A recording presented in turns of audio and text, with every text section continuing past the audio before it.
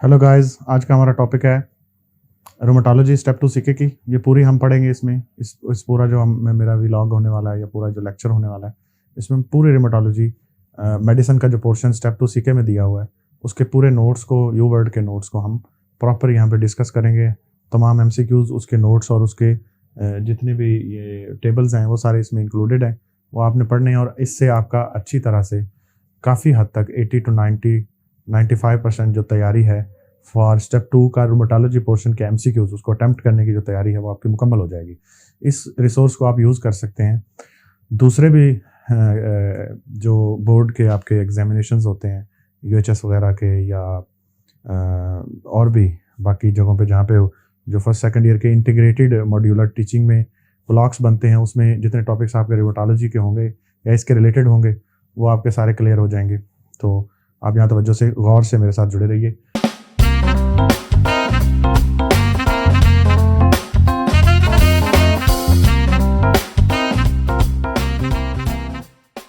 सबसे पहला हम जल्दी से इसको ख़त्म करेंगे। सबसे पहले उन्होंने दिया हुआ है सनोवियल फ्लूइड एनालिसिस। सनोवियल फ्लूइड एनालिसिस कब हम करते हैं? जब कोई जॉइंट, याद रखिए, जॉइंट जो है वो स्वोलन हो जाए, अरिथमेटिस हो जाए, वार्म हो जाए, टेंडर हो जाए, तो लोकली अरिथमेटिक अरिथीमा उसका या जो भी उसमें साइंस सिम्टम्स आ रहे हैं उनको ऑब्जर्व करते हुए हम क्या करते हैं कि हम जॉइंट को एस्पिरेट कर लेते हैं। हाथ कंगन को आरसी, क्या ये एक मिसाल आपने सुन रखी होगी कि अगर कंगन आपने हाथ में पहना हुआ है तो फिर उसको शीशे में देखने की के सामने शीशा लगाओ और फिर शीशे में देखो कि हाथ में कंगन पहना हुआ है। तो वो यानी कि वो कहना ये चाह रहा है कि इनडायरेक्ट ऑब्जर्वेशन की, आपको थर्ड पार्टी इवैल्यूएशन की ज़रूरत नहीं है। आपका जॉइंट डिजीज़ है, आपका जॉइंट अरिथमेटिस है, आपको नज़र आ रहा है, आप वहाँ पे इनोकुलेशन सिरिंज लें, वहाँ पे जाएं, एस्पिरेट करें और उसका फ्लूइड का एनालिसिस करवा लें, कंप्लीट एग्जामिनेशन करवाएं। उसमें आप देखेंगे, अब हम उसमें देखेंगे क्या, उसमें हम WBCs देखेंगे। वो तो WBCs का फंक्शन क्या है? ये बेसिकली हमारा डिफेंस मैकेनिज्म है बॉडी का। तो कोई भी चीज़ जो फ़ौरन होती है, जो हमारी बॉडी पे अटैक करना शुरू करती है, उस फ़ौरन अटैक करने वाली चीज़ के ख़िलाफ़ हम अपनी फोर्सेस को, यानी कि डिफेंस को, यानी कि दिफाई जो भी हमारा निज़ाम होता है उसको हम एक्टिवेट करते हैं। और उस एक्टिवेशन के नतीजे में वहाँ पे लड़ाई होती है, वार जोन क्रिएट होता है और वहाँ पे बैक्टीरिया मर जाता है, उसकी डेबरी बन जाती है और WBCs भी समटाइम्स मर जाते हैं और वो सारा पस बन जाती है। तो ये तो होती है लोकल, अगर कोई इन्फेक्शियस साइट हो तो उसमें ऐसे होता है। लेकिन यहाँ पे हम WBCs को एक मार्कर के तौर पे इस्तेमाल करने वाले हैं कि सनोवियल फ्लूइड में कितने WBCs ज़्यादा बड़े हुए हैं और उसमें कौन से खास तौर पे पॉलीमार्फोन्यूक्लियर सेल्स को हम एज अ मार्कर यूज़ करेंगे कि सनोवियल फ्लूइड में अगर 200 तक WBCs आएंगे, 200 से कम आएंगे और उसमें 25% पॉलीमार्फोन्यूक्लियर यानी कि न्यूट्रोफिल्स रहेंगे, जिन्होंने मैक्रोफेज बन के लोकल इन्फ्लेमेटरी सेल्स को मारना होता है, उनको इनगल्फ करना होता है, फेगोसाइटोज करना होता है। मैक्रोफेजेस के और भी कई काम है कि वो टिश्यू नेक्रोसिस फैक्टर रिलीज़ करते हैं, इंटरफ्रोन गैमास रिलीज़ करते हैं, जो फिर बाकी सेल्स को एक्टिवेट करते हैं। इनका बड़ा पिवटल रोल है। तो ये वाले जो हैं, अगर 25% से कम हों और 200 तक सेल्स हों तो जॉइंट में कोई इन्फ्लेमेशन नहीं है। अगर ऑस्टियोआर्थराइटिस हो जाए तो वो एक ऐसी इन्फ्लेमेशन है कि जिसमें कोई डिजीज़ के लिए बाहर से इनाकुलेटेड ऑर्गन नहीं है या किसी बॉडी के सेल के खिलाफ एंटीबॉडी नहीं बनी हुई, वो बस ये वेयर टेयर का फिनोमेना है। वेयर टेयर के फिनोमेना को परसीव करती है बॉडी एज एन इन्फ्लेमेशन और वहाँ पे फिर वो इन्फ्लेमेटरी सेल्स जो है एक्टिवेट होते हैं और फिर इन्फ्लेमेशन जो है, आपको पता है इन्फ्लेमेशन के 5 साइंस होते हैं, वो पैथोलॉजी में हम पढ़ते हैं कि उसमें जो सेल्स की माइग्रेशन है वो एक इंपॉर्टेंट पार्ट है। तो सेल फिर वहाँ पे माइग्रेट करते हैं और 200 से 2000 तक माइग्रेट कर लेते हैं और अभी स्टिल वो पॉलीमार्फोन्यूक्लियर जो है, क्योंकि खसूसी तौर पर कोई सिग्नल नहीं आया कि यहाँ बैक्टीरिया है, यहाँ वायरस है, यहाँ ट्यूमर है, यहाँ कुछ ऐसी चीज़ है, तो उस सिग्नल के हिसाब से फिर सेल्स कौन से रिक्रूट किए जाएंगे वो सिग्नल पे डिपेंड करता है। तो ऐसा तो कोई सिग्नल आया नहीं, लिहाजा वो अभी भी 25% ही पॉलीमार्फ रहेंगे, बाकी सारे उस तरह नॉर्मल सेल्स रहेंगे। 2000 से जब बढ़ना शुरू करते हैं और 1 लाख तक होते हैं तो उस वक्त हम परसीव करते हैं कि डिजीज़ कौन सी है, इन्फ्लेमेटरी, सिस्टेमिक इन्फ्लेमेटरी डिजीज़ है, जैसे रूमाटॉइड आर्थराइटिस है या फिर क्रिस्टल्स हैं। क्रिस्टल कौन से? क्रिस्टल 2 तरह के होते हैं। मोनोसोडियम यूरेट क्रिस्टल जो होता है, जो नेगेटिवली बायरेफ्रेंजेंट क्रिस्टल है, ठीक है, और दूसरा होता है CPPD का, ठीक है, वो होता है calcium pyrophosphate dihydrates, calcium pyrophosphate dihydrate. तो ये जो एंजाइम, ये जो क्रिस्टल है दूसरा, वो पॉजिटिवली बायरेफ्रेंजेंट है और वो भी इसी तरह ऑस्टियोफाइट्स बनाता है, जॉइंट में डिपॉजिट होता है और सिस्टमिक इन्फ्लेमेटरी साइंस भी देता है। तो उस वाले के अंदर जो है जॉइंट में इन्फ्लेमेशन में 2000 से 1 लाख तक आएंगे और 50% से ज़्यादा पोलीमार्क्स रहेंगे। अगर यही ट्रांसलूसेंट जो फ्लूइड है, जो इसमें थोड़ा सा हेजी हो जाता है, अगर आप एस्पिरेट करेंगे तो आपको सिरिंज के अंदर हेजीनेस फील होगी। लेकिन अगर वो बिल्कुल थिक जेलेटिनस फ्लूइड और ओपेक फ्लूइड मिले तो समझ लो कि वहाँ पे बैक्टीरिया इनोकुलेट हो गया और उस बैक्टीरिया के रिएक्शन में 80 to 90% जो पोलीमार्क्स को रिक्रूट किया गया और 50,000 से लेकर 1.5 लाख तक जो है वो WBCs वहाँ पे आएंगे और बहुत ज़्यादा ये वार जोन बन जाएगा। और इसमें इतने ज़्यादा जो है समझ लें कि बहुत ज़्यादा जंग लगी हुई है और बैक्टीरिया और WBCs के दरमियान लड़ाई हो रही है। Associated antibodies in rheumatological diseases. अब एंटीबॉडीज़ के बारे में हम देखना चाहते हैं कि जी हम कौन से मार्कर्स और कौन से कितने सेंसिटिव और स्पेसिफिक हैं। तो पहले बच्चों बात याद रखिए कि रोमाटाइड आर्थराइटिस में दोस्तों ये जो RA फैक्टर है, रोमाटाइड आर्थराइटिस फैक्टर, ये पॉजिटिव भी होता है और समटाइम्स सीरो नेगेटिव रोमाटाइड आर्थराइटिस भी होता है। और कब कब पॉजिटिव होता है? 70 to 80% of the time positive होता है, बाकी जो है वो सीरो नेगेटिव होते हैं। तो सीरो पॉजिटिव होने का मतलब है पुअर प्रोग्नोसिस। और रोमाटाइड फैक्टर जो है that is a systematic inflammatory sign for rheumatoid arthritis. ये इतना सेंसिटिव है। और स्पेसिफिक इसके बारे में क्या चीज़ है? स्पेसिफिक ये है कि एंटी सिट्रोलिनेटेड साइक्लिक पेप्टाइड, ये कहाँ पाया जाता है? सिट्रोलिनेटेड साइक्लिक पेप्टाइड जो है वो पाया जाता है इन जॉइंट्स के अंदर। जॉइंट के अंदर जो सनोवियल मेम्ब्रेन होती है, सनोवियल मेम्ब्रेन के ऊपर हाइपोथेसाइज किया गया है कि ये पाया जाता है। और वहाँ पे क्या करता है? वहाँ पे सनोवियल मेम्ब्रेन का कंपोनेंट केमिकल है। एंटीबॉडी अगर इसके खिलाफ बनेगी तो वो एंटीबॉडी जाके इसके सेल्स को, सनोवियल मेम्ब्रेन के सेल्स को मारना शुरू करेगी, वहाँ पे बाइंड करेगी, उनको अटैक करेगी। अटैक करने से वहाँ पे कम्प्लेक्सेस बनेंगे, वहाँ पे इन्फ्लेमेशन होना शुरू हो जाएगी, वेयर टेयर होना शुरू हो जाएगी, ऑस्टियोफाइट्स बनने, पेरी आर्टिकुलर डीजनरेशन, जो साइंस हैं सारे रोमाटाइड आर्थराइटिस के वो आने शुरू हो जाएंगे। ये देखें, एक उन्होंने पिक्चर बना रखी है। इससे क्या वाजे होता है? इससे ये वाजे होता है कि आप देख लें कि जो जॉइंट है, जॉइंट के अंदर जहाँ जहाँ सनोवियल मेम्ब्रेन है वहाँ साइक्लिक सिट्रोलिनेटेड पेप्टाइड है और उसके खिलाफ एंटीबॉडी, और वो इसको बाइंड करते हैं। तो यहाँ पे रेडनेस, रेड जो है, जो एरियाज हैं वो जॉइंट को जाहिर कर रहे हैं। ठीक है जी।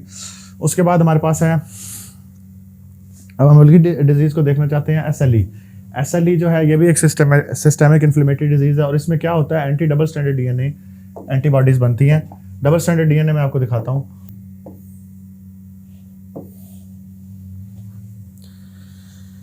नहीं जी, ये देखें, डबल स्ट्रैंडेड ये क्रोमोसोम है, क्रोमोसोम में से एक कॉइल ले लिया गया, उसको आगे मजीद खोल के आप देखते हैं तो ये डबल स्ट्रैंडेड DNA ये बनता है। ये जो डबल स्ट्रैंडेड DNA है, double stranded, one strand other strand, ये दोनों डबल स्ट्रैंडेड, इन DNA के खिलाफ अगर एंटीबॉडी बनेगी तो वो सेल्स के अंदर जाके जो DNA है उसको अटैच होगी, उसको अटैक करेगी, उसको मारना शुरू करेगी। तो फिर जो है ये SLE, उस डिजीज़ को हम फिर सिस्टेमिक ल्यूपस एरिथमेटोसिस कहेंगे। उसके कई सारे साइंस हैं और उसके अंदर anti double stranded DNA antibody positive होती है और ये जो है 96% स्पेसिफिक होती है for this. Anti Smith antibody इसको कहते हैं। तो आप यहाँ पे देख सकते हैं जी कि anti double stranded DNA, anti Smith D1, anti Smith antibodies, ये जो सारी एंटीबॉडीज़ हैं ये भी इसमें पॉजिटिव होती हैं सिस्टेमिक ल्यूपस एरिथमेटोसिस में। अब जो ड्रग इंड्यूस ल्यूपस है, ड्रग इंड्यूस ल्यूपस में क्या होता है? ये जो कॉइल बना हुआ है, इस कॉइल पे आप देख सकते हैं कि अगर तो anti double stranded DNA antibodies बनेंगी, डबल स्ट्रैंडेड DNA के खिलाफ बनेंगी तो वो तो फिर सिस्टेमिक ल्यूपस एरिथमेटोसिस है। अब ये जो हिस्टोन्स होती हैं इसमें H1, H2A और H2B, ये दो 4 प्रोटीन्स होती हैं। ये चार नज़र आ रही हैं आपको, 1 2 3 4, ये चारों प्रोटीन्स हैं। इसके खिलाफ एंटीबॉडीज़ जो है कब बनती है? जब आप कोई ड्रग खा लेते हैं, जैसे हाइड्रोलाजीन है, जैसे पेनिसिलामिन है, जैसे आइसोनियाजिड है, जैसे एटेनरसेप्ट है, इन्फ्लिक्सिमैब है। ये सारी जो ड्रग्स हैं, ये ड्रग्स बिहेव करती हैं एज ए हेप्टन। तो हेप्टन जो वो मॉलिक्यूल होता है जो इतना बड़ा होता है कि उसको बॉडी लिफ्ट ना कराने लिफ्ट ना कराना अफोर्ड नहीं कर सकती, बॉडी फिर उसको इग्नोर नहीं करती, बॉडी उसको एज अ, वैसे तो बॉडी सेल्स को नॉन सेल्फ के तौर पे रिकग्नाइज करती है, वो सेल्स जिनके ऊपर रिसेप्टर होते हैं, खासतौर पर रिसेप्टर्स को नॉन सेल्फ रिकग्नाइज करती है। लेकिन समटाइम्स ऐसा होता है कि ये हैप्टन्स को भी, यानी कि उन मॉलिक्यूल्स को भी एज अ, क्योंकि हमारे पास जो चुगलखोर होते हैं, जैसे कि चुगलखोर मैं कहना चाह रहा हूँ एंटीजन प्रेजेंटिंग सेल्स को, जैसे मैक्रोफेजेस हैं, जैसे डेंड्रिटिक सेल्स हैं, और जैसे कुछ टाइप के लिम्फोसाइट्स हैं। अब वो क्या करते हैं, बी लिम्फोसाइट खासतौर पे, अब उनमें से जो मैक्रोफेजेस और डेंड्रिटिक सेल्स हैं, मैक्रोफेजेस जो खासतौर पे क्या करते हैं कि अपने सरफेस के ऊपर एक पेप्टाइड खुद का लेते हैं, उसके साथ इनके हैप्टन को काट के वहाँ पे जोड़ते हैं और बॉडी को कहते हैं कि जी ये नॉन सेल्फ है, इसके खिलाफ एंटीबॉडी बनाओ। तो वो जो हाइड्रेलाजीन, आगे हम आएंगे वो पूरा टेबल आएगा, हाइड्रेलाजीन, एसोनियाजिड, पेंसिलामीन और प्रोकेनामाइड, ये सारे बड़े बड़े मॉलिक्यूल्स जो हैं, वो मॉलिक्यूल्स जिनमें जैसे इन्फ्लेक्सिमेल और एटानोसेप्ट है, वो तो खुद एंटीबॉडीज़ हैं, और एंटीबॉडीज़ तो 10,000 पेप्टाइड से ज़्यादा वाले को हम एंटी प्रोटीन कहना शुरू करते हैं, अदरवाइज उसको तो हम पॉलीपेप्टाइड छोटे वाले को कहते हैं, जिसमें माइनस 10,000 तक हो। तो इसके ज़्यादा इतने बड़े बड़े मॉलिक्यूल्स जो हैं उनको फिर बॉडी जो है वो नॉन सेल्फ रिकग्नाइज करती है। लेकिन नॉन सेल्फ रिकग्निशन के साथ साथ, क्योंकि मैक्रोफेज ने अपना सेल्फ का एक प्रोटीन का सीक्वेंस भी एंटीजन को ऐसे नॉन सेल्फ के तौर पे प्रेजेंट कर दिया होता है। जैसे आपको पता है चुगलखोरों की आदत होती है कि वो छोटी सी अगर बात उनको कहीं मिले, किसी बंदे में कोई बुराई हुआ, परफेक्ट तो कोई भी नहीं होता, तो हम रोज़मर्रा ज़िंदगी में देखते हैं कि अगर किसी में थोड़ी सी बुराई या थोड़ी सी कोई चीज़ देखेंगे तो वो शिकायत लगाते हुए उस थोड़ी सी चीज़ को, पंजाबी में जैसे एक मिसाल है कि खंभा दे कां ते कावां दे डार, यानी कि परों के कव्वे बना लेते हैं। अगर पर किसी को मिल जाए तो उसके कव्वे बना लेते हैं कि भाई उसने इतनी बड़ी बात की, जैसे कव्वा हो, मिला उसको पर था, और अगर कव्वा मिल जाए तो फिर उसके कव्वों के बड़े बड़े गूल और बड़े बड़े झुंड बना लेते हैं कि उसने इतनी बड़ी बात की थी। तो ये बनाने में अब नुकसान क्या होता है, नुकसान ये होता है मोलेकुलर मिमिक्री का। मोलेकुलर मिमिक्री ये चीज़ है कि जो हमने खुद सेल्फ का रिकॉग्नाइज करके वहाँ पे प्रोटीन हमने उसके साथ दी थी नॉन सेल्फ के तौर पे, उसके खिलाफ भी तो एंटीबॉडी बन गई, उस सीक्वेंस के खिलाफ भी, और वो सीक्वेंस जो है वो बॉडी में कहीं और भी पाया जा सकता है। कहाँ पाया जा सकता है, जैसे ये हिस्टोन प्रोटीन्स हैं, इनके अंदर पाया जा रहा है ना, तो अब इनके खिलाफ भी फिर वो एंटीबॉडी काम करती है। 3 महीने से ज़्यादा अगर आप ये ड्रग्स दें या किसी को ज़्यादा डोज में दें, या कोई स्लो एसिटाइलेटर हो, यानी कि उसको ज़्यादा जल्दी से मेटाबोलाइज नहीं कर पा रहा, निकाल नहीं पा रहा, तो फिर उसमें कौन सी डिजीज़ आएगी, ड्रग इंड्यूस ल्यूपस आएगी। और ड्रग इंड्यूस ल्यूपस जो है 90, इसमें ANA एंटी न्यूक्लियर एंटीबॉडी, जाहिर है आपको पता है डबल स्ट्रैंडेड DNA भी कहाँ पाया जाता है, न्यूक्लियस में पाया जाता है। तो सबसे पहले न्यूक्लियस के खिलाफ तो एंटीबॉडी बनाएगी बॉडी, आपकी जो बॉडी है वो एंटीबॉडी किसके खिलाफ बनाएगी, immunological agent against the nucleus तो बनाएगी, क्योंकि वो मोटा टारगेट सेंटर है ना। देखें, अगर मारना तो उसने एक समटाइम्स ड्रोन ने एक दहशतगर्द को मारना होता है, लेकिन वो टारगेट जो है वो सेट करता है पूरे के पूरे मोहल्ले का, पूरे पूरे गांव का उड़ा देते हैं, ठीक है। तो वो उसके खिलाफ एंटीबॉडी तो पहले वो सेट करते हैं कि जी ये हमारा दुश्मन है, कौन है, न्यूक्लियस। न्यूक्लियस के अंदर कोई गड़बड़ है, उसके अंदर डबल स्ट्रैंडेड DNA है, उसके अंदर हिस्टोन प्रोटीन्स हैं, और हिस्टोन प्रोटीन्स के ऊपर जब वो ये सारे, और आप ये देखें डिफ्यूज सिस्टेमिक स्क्लेरोसिस में भी, इसमें जो एंटी स्क्लेरोडर्मल 70 एंटीबॉडीज़ है, इसको टोपोआइसमरेज 1 भी कहते हैं, ये भी जो है न्यूक्लियस के अंदर पाया जाता है। सेंट्रोमीर भी आपको पता, ये देखें, ये जो एरिया है ये सेंट्रोमीर का एरिया है, यहाँ पे एक प्रोटीन होती है, वो उसके खिलाफ भी एंटीबॉडी जब बनती है लिमिटेड सिस्टेमिक स्क्लेरोसिस में, वो भी न्यूक्लियस के अंदर पाई जाती है। पॉलीमाइसाइड, डर्मेटोमाइसाइड, इसमें जो एंटी जो1 और एंटी LA1 ये जो एंटीबॉडीज़ हैं, ये भी सारी की सारी पाई जाती हैं कहाँ पे, न्यूक्लियस के अंदर। तो ANA एंटी न्यूक्लियर एंटीबॉडी का आना तो निश्चित है, वो तो आएगी ही आएगी, सबसे पहले नंबर पे तो वो आ जाएगी। अब उसके बाद जो है आगे आप देखेंगे तो स्पेसिफिक हम सेग्रीगेट करते हुए, ये सेंसिटिविटी के लिए हमने बोला, सेंसिटिविटी वो चीज़ होती है कि शक पैदा करना, कितना ज़्यादा शक पैदा कर सकते हो उतना ज़्यादा सेंसिटिव हो जाएगा वो मामला। मिसाल के तौर पे आप शक का इंडेक्स बहुत ज़्यादा रख लेंगे ना, मिसाल के तौर पे एक वाइफ है, वो वाइफ अपने हस्बैंड पे बहुत ज़्यादा शक रखती है, दैट मीन्स कि हम ये कहना चाहते हैं कि वाइफ जो है वो अपने हस्बैंड को लेकर बहुत सेंसिटिव है, ठीक है। उसने शक का जो दायरा कार है वो बड़ा किया हुआ है, सेंसिटिव है वो, लेकिन वो स्पेसिफिक नहीं है। At the same time sensitive होते होते स्पेसिफिक नहीं है। सेंसिटिव होने का ये मतलब है कि वो उसके अंदर ये संभावना, ये प्रोबेबिलिटी ज़्यादा है कि अगर हस्बैंड कोई गड़बड़ करेगा तो वो उसको ज़रूर ही पिक कर लेगी, ठीक है, अगर कहीं कोई गड़बड़ करेगा। इसी तरह ANA सेंसिटिव है, मतलब अगर न्यूक्लियस कहीं ना कहीं अंदर से कोई छोटी मोटी गड़बड़ किसी भी प्रोटीन के खिलाफ कुछ भी बना रहा होगा, कुछ भी एंटीबॉडी बनेगी, तो ये फ़ौरन उसको सेंड कर लेगा। लेकिन स्पेसिफिक ज़रूरी नहीं है कि स्पेसिफिक हो। स्पेसिफिक कब होता है कि जब कोई डिजीज़ उस बंदे को जिसको आप डायग्नोज कर रहे हैं विद डिजीज़, मतलब वाइफ कहती है कि इसने मेरे पे चीटिंग की है, और अब कितने % चांस है कि वाइफ ने अगर उसके ऊपर ये लांछन लगाया है तो ये सच ही होगा। वो डिपेंड करता है कि वो कितनी प्रेसिजन के साथ उसके साथ काम करती है, लाइक वो अपने शक को कितना प्रिसाइज रखती है और कितना प्रैक्टिकली उसको एनालाइज करती है चीज़ों को। तो इसका मतलब ये हुआ कि आपने स्पेसिफिक वो जगह, जैसे हमने साइक्लिक सिट्रोलिनेटेड पेप्टाइड को सेग्रीगेट करके उसके खिलाफ एंटीबॉडी को एग्जैक्ट उसका टेम्पलेट बना के हमने माइक्रोबायोलॉजी के लैब में चेक कर लिया। इसी तरह डबल स्टैंडर्ड डीएनए का भी हमने टेम्पलेट बना के कंपेयर करके उसका भी हमने चेक कर लिया। देखें, ये हम हर चीज़ चेक नहीं कर सकते, हम पहले सस्पिशन लगाते हैं, फिर हमें पता चलता है कि डबल स्टैंडर्ड डीएनए के खिलाफ हो सकता है एंटीबॉडी हो, फिर उसका टेम्पलेट लगाते हैं, फिर उसको अलाइजा में कंपेयर करते हैं दोनों के रिजल्ट्स को। ठीक है, कंट्रोल ग्रुप भी होता है, हर एक टेस्ट में कंट्रोल ग्रुप लगा होता है, क्योंकि कंट्रोल हम पहले से बना के रखते हैं, क्योंकि हमें डाटा से, हमें लोगों में काम कर करके हमारे सीनियर्स ने पूरा एक टेक्स्ट दे रखा है, उसमें अंदर वो बताते हैं हमें कि डबल स्टैंडर्ड डीएनए आपको मिलेगा। जैसे मैं आपको पढ़ा रहा हूँ, तो ये एक वजह है, ये एक तरीका है कि हम आपको टेम्पलेट्स और हम आपके दिमाग में चीज़ें डाल रहे हैं कि मोस्ट ऑफ द टाइम्स ऐसे साइन सिम्टम्स होंगे तो ये डिजीज़ होती है। ठीक है, तो double standard anti histone proteins हैं, ये भी स्पेसिफिकली हमने उसमें ढूंढ लिया। एंटीस्क्लेरोडर्मल एंटीटोपोइसमेरेज 1 जो है ये डिफ्यूज सिस्टेमिक स्क्लेरोसिस, जिसमें ऑर्गन ज़्यादातर इन्वॉल्व होते हैं।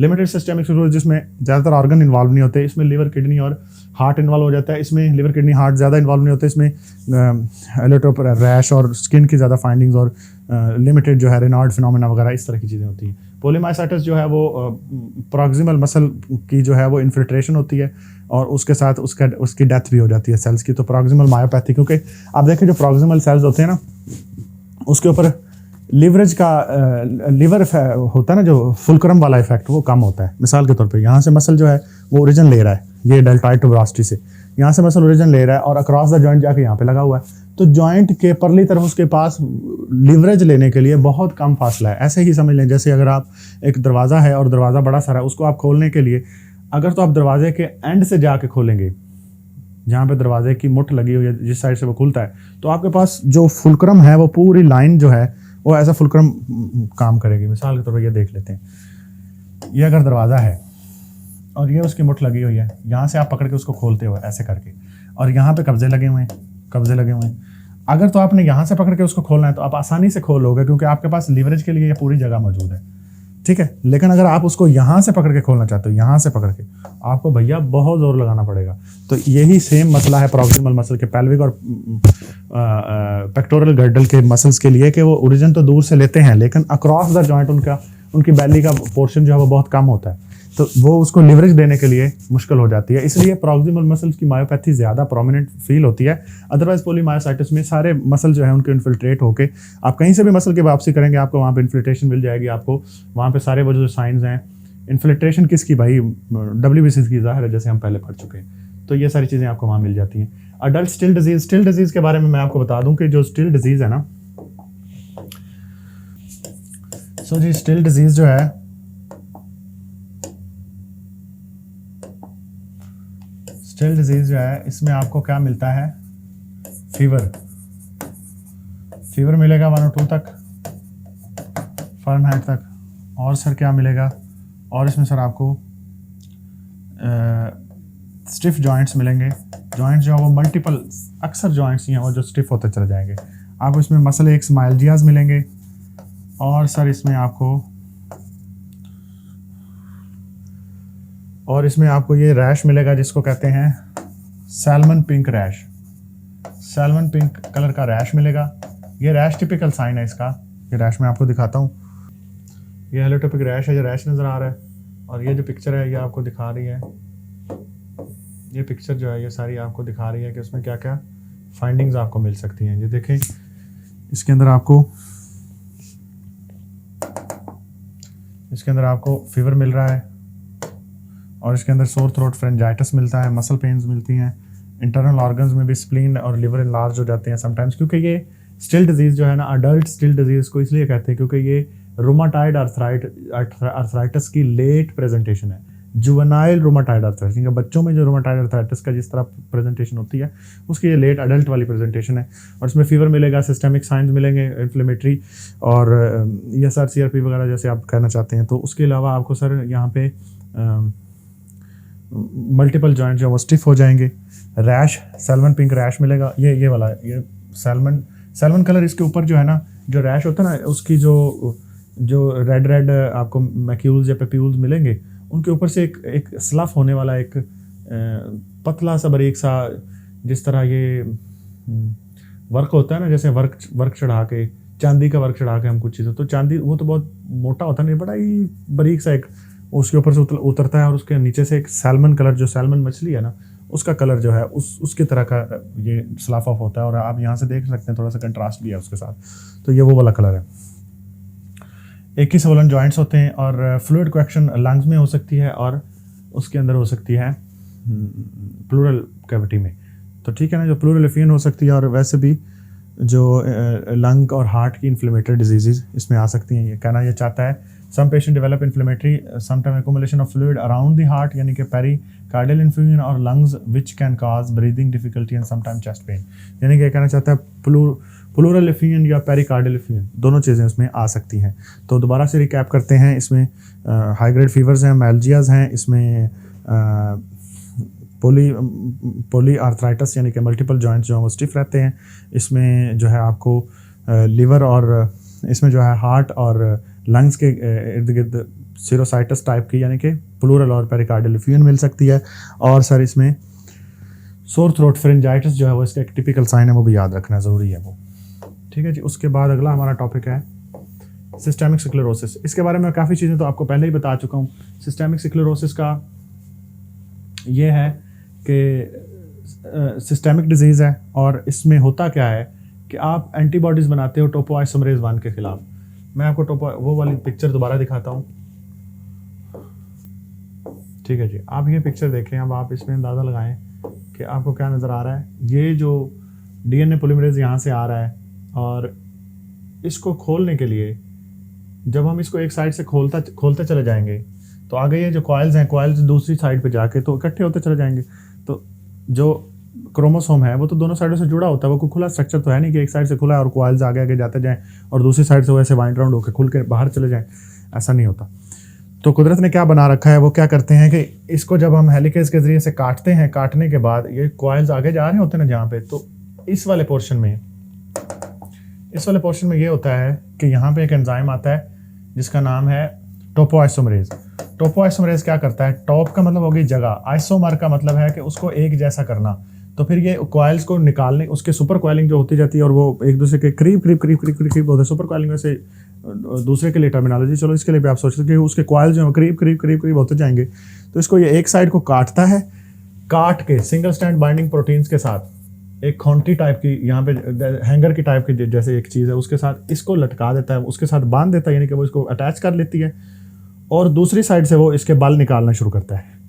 बल निकाल के जब बल काफ़ी हद तक निकल जाते हैं, दोबारा एंजाइम के ज़रिए से आके इसको अटैच कर देता है इसके साथ, और इस तरह ये टोपोआइसोमरेज काम करता है। तो बॉडी में जो टोपोआइसोमरेज 1 है उसको अगर आपने उसके खिलाफ एंटीबॉडी बनाई, उसको बाइंड कर लिया और वो फंक्शन अपना नहीं प्रॉपर कर पा रहा, तो सेल जो है वो अरेस्ट में जाएगा और फाइब्रोब्लास्ट का डिसफंक्शन हो जाएगा। दूसरा, अगर आपने एंटी सेंट्रोमियर एंटीबॉडी, तो सेंट्रोमियर क्या होता है, आपको क्रोमोसोम मैंने दिखाया था, क्रोमोसोम के अंदर भी ये जो अगर फर्ज करें ये क्रोमोसोम है तो यहाँ पे सेंट्रोमियर होगा। तो ये जो सेंट्रोमियर है इसके खिलाफ भी अगर आपने एंटीबॉडी बना ली, तो सेंट्रोमियर का काम क्या है, जब आपने सेल को डिवाइड करना है, उसकी माइटोसिस में लेके जाना है, तो ये जो डीएनए है या क्रोमोसोम है वो हर वक्त इस क्रोमोसोमल इस शेप में मौजूद नहीं रहता, वो इस तरह करके पड़े रहते हैं, क्योंकि उनके ऊपर भाई देखें एक्टिवली कई जीन्स ट्रांसक्राइब हो रहे हैं, मतलब उसमें से आरएनएस बन रहे हैं, messenger RNA, ribosomal RNA, transfer RNA, हर चीज़ बन रही है और कई जो हैं वो रेप्लिकेट भी हो रहे हैं उसके अंदर। तो वियर टेयर का फिनोमेना चल रहा है। तो वो अपनी मशीनरी को खोल के ना डीएनए का जो उसके पास जो मास्टर प्लान, उसके अंदर जो कोड सारा दिया हुआ, उस कोड को डी कोड करके बॉडी को प्रोटीनें बना के सारी चीज़ें कर रहा होता है, फैक्ट्री लगा के बैठा होता है। लेकिन अगर आप सेल को जब माइटोसिस में लेके जाते हैं, उसको सेल को डिवीजन में करते हैं, आप कहते हैं कि जी एक फैक्ट्री हमने और लगानी है, एक और जगह पे हमें चाहिए, कमांड देते हैं उसको, तो ये जो सारा जो अपरेटस है वो बनता है और सेंट्रोमियर उसका एक पिवटल पॉइंट है जो इस क्रोमोसोम को इकट्ठा करके इस तरीके से बनाता है। तो अब अगर आपने इसके खिलाफ भी बना ली, तो इसका मतलब है आपने फिर जो है माइटोसिस वाले फंक्शन को कहीं ना कहीं अरेस्ट कर दिया, तो पॉलीमरेज फाइब्रोब्लास्ट का डिसफंक्शन आएगा। फाइब्रोब्लास्ट वो लेमिना प्रोप्रिया के ऊपर, बेजल सेल्स के ऊपर, जिन सेल्स का टर्नओवर बहुत ज़्यादा, जैसे स्ट्रेटम ग्रैनुलोसम, जैसे स्किन है, स्किन का स्ट्रेटम बेजाइल है, सबसे पहले बेजाइल नीचे, तो बेजाइल वाली लेयर के अंदर फाइब्रोब्लास्ट होंगे। वो क्या करते हैं, वो जो सेल्स ऊपर से वियर टियर होकर नीचे गिरते चले जाते हैं उसको नीचे से मजीद बनाना शुरू करते हैं। तो फाइब्रोब्लास्ट काइंड ऑफ मल्टीपोटेंट, हम पोलीपोटेंट नहीं कह सकते या ओमनीपोटेंट नहीं कह सकते। ओमनीपोटेंट तो एम्ब्रियो के या जाइगोट्स के सेल्स होते हैं जो किसी भी शेप को इख्तियार कर जाते हैं। ये वाले जो सेल्स हैं ये खास जिस लाइनेज के अंदर इनको रखा गया है, जैसे कार्ड, अगर आप इसको हेपेटोसाइट्स में रखते हैं फाइब्रोब्लास्ट को, तो वो मजीद हेपेटोसाइट्स ही बनाएंगे। लेकिन करते ये भी, अगर इनका कहीं डिसफंक्शन हो जाए ना, तो वो फिर क्या करते हैं, ये उसकी बजाय कोलेजन बनाना शुरू कर देते हैं और डिपॉजिट करना शुरू कर देते हैं उन जगहों पे जहाँ पे इनका डिसफंक्शन हो चुका होता है। तो इसी तरह लिवर का सिरोसिस भी जो है उसमें फाइब्रोब्लास्ट ओवर एक्टिव होते हैं, नोड्यूलर हाइपरप्लेजिया होता है और नोड्यूल्स बनते हैं और लिवर जो है उसके हेपेटोसाइट्स जो कंजेस्टेड हो गए ऐसे ऐसे, क्योंकि इर्द गिर्द कोलेजन, आपने कोलेजन की टाइप चेंज कर दी ना, कोलेजन 2-3 थी पहले, उसको अब 1 कर दिया, 1 जो है वो फाइब्रोस करती है, तो वो हार्ड होना शुरू हो जाता है और फिर लिवर कंजेशन का शिकार होता है, सेल डेड हो जाते हैं। इसी तरह स्किन जो है, स्किन के अंदर भी, लेकिन ये वाला जो है, मैं सिरोसिस का वैसे एज एन एग्जांपल बताया, वो सिस्टेमिक सिरोसिस में लिवर का सिरोसिस इन्वॉल्व नहीं है। इसके अंदर जो है आपके स्किन की ज़्यादातर फाइंडिंग आएंगी, आपको जीआई की ज़्यादातर, क्योंकि एपिथेलियल लेयर वहाँ पे टर्नओवर ज़्यादा है, इसका टर्नओवर ज़्यादा है। लिवर हर वक्त रीजनरेट नहीं कर रहा होता। लिवर को रीजनरेशन की उस वक्त ज़रूरत होती है अगर आप काट के 40% भी छोड़ दें बाकी, तो वो पूरा रीजनरेट होकर ग्रो करता है और पूरा हो जाता है। वो ट्रांसप्लांट वगैरह में या बाकी किसी इंजरी में, जब कभी हेपेटाइटिस एक्यूट वायरल हो जाए तो उसमें सेल डैमेज हो जाए तो वो रीग्रो करता है, अपने को रिवर्स लेके आता है।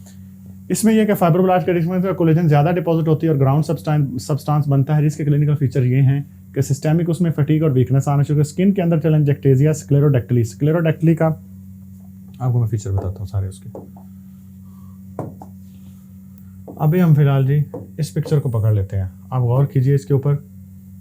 इसके अंदर आपको क्या क्या नज़र आ रहा है, इसके अंदर आपको ये नज़र आ रहा है कि ये जो है ये टेलेंजेक्टेजियाज हैं, टेलेंजेक्टेजियाज 1 मिलीमीटर से ज़्यादा, ये पूरा 1 मिलीमीटर है और उसके ऊपर आपको उसने मैग्नीफाइड पिक्चर जो है वो माइक्रोस्कोप की बायकन्वेक्स लेंस की किसी की दिखा दी है।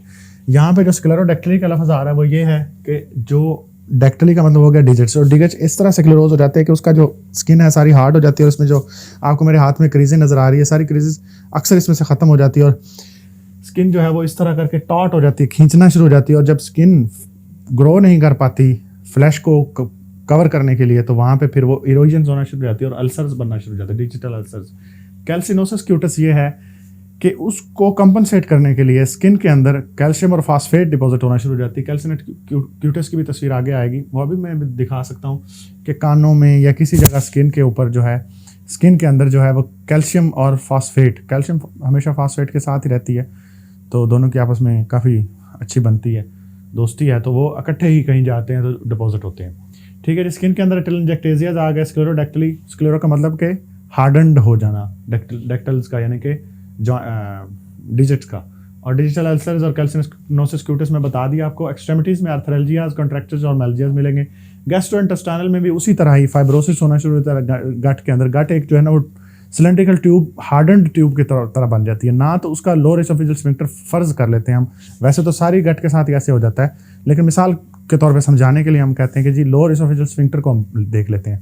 वो इस तरह हार्डन्ड हो जाएगा कि उसका जो वाल्व फंक्शन है वो लॉस हो जाएगा, ना तो वो क्लोज हो पा रही है ना तो वो खुल पा रही है।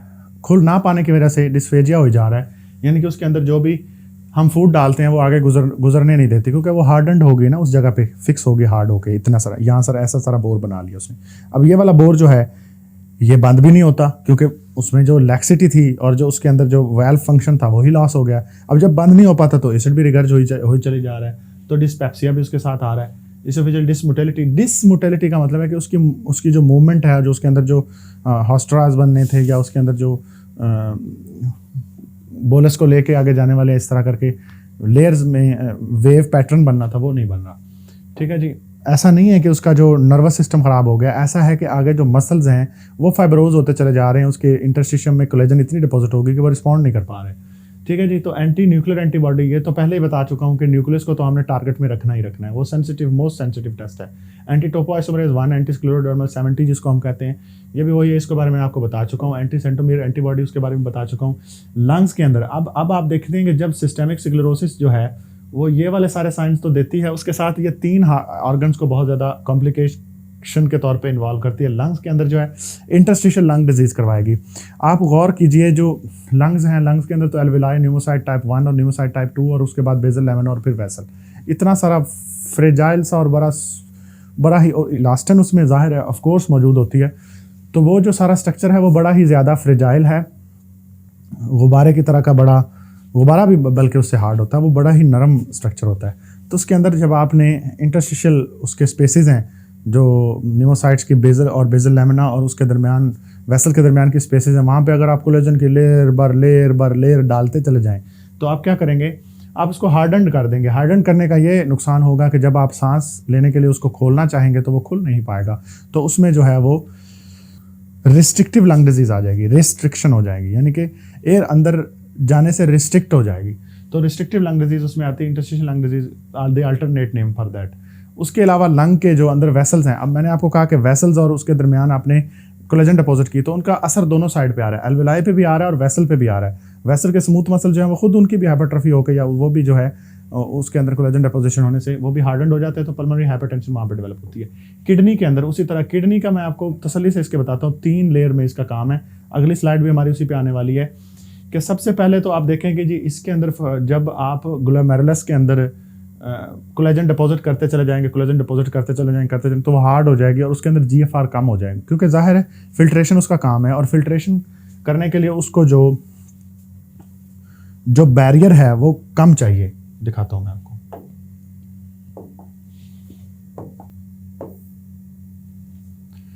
जी ये देखें सर। अब ये जो कैपिलरी है, कैपिलरी के बाहर एक ये लेयर है, उसके बाद ये पोडोसाइट है, पोडोसाइट के बाद आगे नेफ्रॉन आता है। तो 3 4 5 लेयर्स हैं। इसके अंदर कोलेजन भी होती है, कोलेजन की लेयर भी होती है जिसको हम बेसल मेम्ब्रेन कहते हैं। तो अगर आप उस कोलेजन जिसमें टाइप 4 कोलेजन होती है, तो उसको अगर आप उसके इर्द गिर्द टाइप 1 कोलेजन डालना शुरू कर दें, डिसफंक्शन है ना फाइब्रोब्लास्ट, तो वो टाइप 1 डालना शुरू कर दें, या कोई उसको उसी तरह की लेयर ज़्यादा लगा के ये बैरियर को ज़्यादा जो है वो मोटा कर दे, तो फिर फिल्ट्रेशन कम होना शुरू हो जाएगी। फिल्ट्रेशन कम होगी तो फिर क्या होगा, GFR ग्लोमेरुलर फिल्ट्रेशन रेट जो है वो कितना फ्लूइड उसने, अगर मिसाल के तौर पे उसमें 100 ml उसके अंदर ब्लड आया है तो उसमें से 20 ml छोड़ के बाकी 80 ml जो है उसने फिल्ट्रेट कर दिया, यानी कि उसने इस ब्लड ब्रेन बैरियर से क्रॉस करवा के दूसरी तरफ फेंक दिया, और फेंकने के बाद उसमें से जो वांटेड चीज़ें हैं उनको वो फिर एब्जॉर्ब करना, यहाँ पे इन सारी जगहों पे एब्जॉर्ब करना शुरू करती है किडनी, और जो अनवांटेड है वो ऑटोमेटिकली फिर जो है इसके अंदर यूरिन बन के बाहर आ जाता है। लेकिन अगर ये आप फिल्ट्रेट ही नहीं कर पा रहे हो, फिल्ट्रेशन का डिफेक्ट हो गया, तो फिर क्या होता है, GFR कम होता है। GFR कम होता है तो उसके साथ ही सर कोलेजन डिपॉजिट होने से GFR कम होता है, GFR कम होने से हाइपरटेंशन हो जाती है, और हाइपरटेंशन ऐसी होती है कि वो मैलिग्नेंट टाइप की फील होती है आपको, यानी कि एक तो वो किडनी की आर्टरीज को ज़्यादा हेलेनाइज करना शुरू कर देती हैं, हाइपरट्रोफाई करनी शुरू कर देती हैं, ऑनियन स्किनिंग उसकी होना शुरू हो जाती है, यानी कि उसके स्मूथ मसल जो है वो कंसेंट्रिक हाइपरट्रोफी का शिकार होते हैं और एक लेयर के अंदर स्मूथ मसल डालना शुरू कर देते हैं, तो वो हार्ड हो जाती हैं और उसके ब्लड प्रेशर बहुत ज़्यादा रेज हो जाता है। तो उससे हाइपरटेंसिव एन्सेफेलोपैथी और बाकी जो रेटिनल हेमरेजेस और बाकी जो एंड ऑर्गन डैमेज की वजह से ज़ाहिर है ब्लड प्रेशर हाई होता है, तो कौन सी ऑर्गन्स को के अंदर ब्लड प्रेशर हाई होने से क्या क्या हो सकता है वो आपको अच्छी तरह से पता है। तो वो हाइपरटेंशन के सारे साइंस आने शुरू हो जाते हैं। अब उससे मज़ीद जो है रास एक्टिवेट, अच्छा ये जब GFR कम होता है, इसमें मैं एक दरमियान में स्किप कर गया हूँ, भूल गया हूँ, तो GFR जब कम होता है तो ना सिर्फ GFR कम होने से जो है वो वेसल हार्डन होने से ब्लड प्रेशर ज़्यादा होता है, बल्कि साथ में रास भी एक्टिवेट हो जाता है, रीनन एंजियोटेंसिन एल्डोस्टेरोन सिस्टम भी एक्टिवेट होता है। वो क्या करता है, उसका काम तो आपको पता है ना कि सोडियम और वाटर को रिटेंशन करवाना है।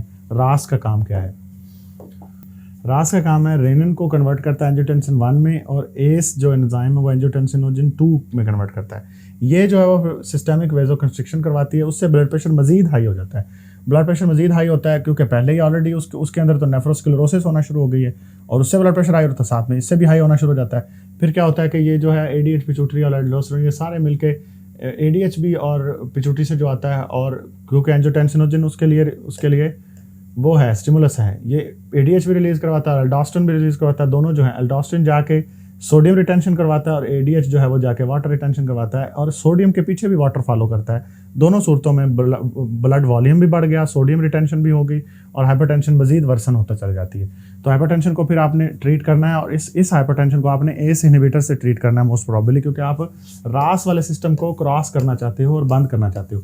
नॉर्मली क्या होता है कि जब आप किसी हाई यूरिया क्रेटिनिन वाले पेशेंट में, जिसको पहले से ही थोड़ा सा किडनी फेलियर एक्यूट या क्रोनिक में जा रही है, तो उसको अगर आप ACE इनहिबिटर स्टार्ट करवाते हैं ना, तो उसका पैराडॉक्सिकली क्या होता है कि वो फंक्शन जो है वो ख़राब वर्स होना शुरू हो जाता है। हालांकि आपको पता है ACE इनहिबिटर जो है वो नेफ्रोप्रोटेक्टिव होते हैं डायबिटीज़ और बाकी सारी चीज़ों में। तो पैराडॉक्सिकल का लफ्ज़ मैंने इसीलिए बोला है क्योंकि वो उसका फिर जो है उसका GFR मज़ीद डाउन चला जाता है, क्योंकि ACE इनहिबिटर जो है वो वेज़ोकंस्ट्रिक्शन यहाँ से करवा नहीं पाते। तो जो ब्लड है वो GFR का तो ये काम है ना कि अगर डिस्टल आर्टेरियोल जो है, डिस्टल आर्टेरियोल्स को अगर कंस्ट्रिक्ट करवाना है ना, इसने ये डिस्टल आर्टेरियोल को कंस्ट्रिक्ट करवाना था। अगर इसकी कंस्ट्रिक्शन नहीं करवाएगा तो फिर GFR जो जितना थोड़ा बहुत मेंटेन है वो भी ड्रॉप होता है इनिशियली, और उससे क्या होता है कि उससे क्रैक थोड़ी सी रेज होती है। लेकिन आपने उसको बॉदर नहीं करना, और उसको आपने ACE इनहिबिटर्स पे डाले रखना है, केयर नहीं करनी इस बात की, चाहे वो बाद में ठीक है। वो कुछ पेशेंट ऐसे होते हैं जो डायलिसिस पे चल भी रहे होते हैं और उनके साथ ये हो रहा होता है साथ साथ, तो वो डायलिसिस से ठीक हो जाएगा, या वैसे भी इनिशियली थोड़ी सी क्रैक रेज होगी, बाद में वो खुद ब खुद नॉर्मल हो जाएगी। तो आपने इस बारे में वरी नहीं करना। ये मैंने आपको पढ़ा दिया नेफ्रोस्क्लेरोसिस किडनी वाला जो कितना है उसके। अच्छा हाँ, ये थ्रोम्बोसाइटोपिनिया और माहा का नहीं बताया। थ्रोम्बोसाइटोपिनिया जो है, किडनी जब ख़राब होती है ना बच्चों, तो वो थ्रोम्बस्थीनिया करवा देती है, यानी कि प्लेटलेट फिर भी रहे हो ना, तो उसके अंदर से जो रिसेप्टर्स उसके होते हैं GP1 और GP2B, ये सारे रिसेप्टर जो हैं जिन्होंने एक दूसरे के साथ प्लेटलेट पैक बनाना है, वो सारे डिसफंक्शनल हो जाते हैं। और साथ ही जो है माहा का मतलब है मैक्रो एंजियोपैथिक हेमोलिटिक अनीमिया। तो जो ब्लड सेल्स हैं वो भी जगह जगह से फंस के निकलते हैं इस नेफ्रॉन्स के अंदर से, और उसके फंस के निकलने की वजह से उसके सेल्स डिस्क्वायड सेल जो मेम्ब्रेन है वो वेयर टेयर का शिकार होती है, और बाद में जो सेल्स हैं वो टूटना भी शुरू हो जाते हैं। तो ये सारी चीज़ें थ्रोम्बोसाइटोपिनिया और माहा इसके साथ एसोसिएटेड है। लंग्स का मैंने आपको बता दिया कि पल्मोनरी हाइपरटेंशन और इंटरस्टिशियल लंग डिजीज का। हार्ट के अंदर भी उसी तरह ही है कि मायोकार्डियम के सेल्स जो हैं उसके इंटरस्टिशियम में भी कोलेजन ज़्यादा डिपॉजिट होगी तो रिस्ट्रिक्टिव कार्डियोमायोपैथी का, और उसके इर्द गिर्द जो पेरिकार्डियल कैविटी है उसके अंदर भी फाइब्रस लेयर को ज़्यादा मजबूत और हार्ड से हार्ड करते चले जाएंगे, तो कंस्ट्रिक्टिव पेरिकार्डाइटिस भी ये करवा देगी।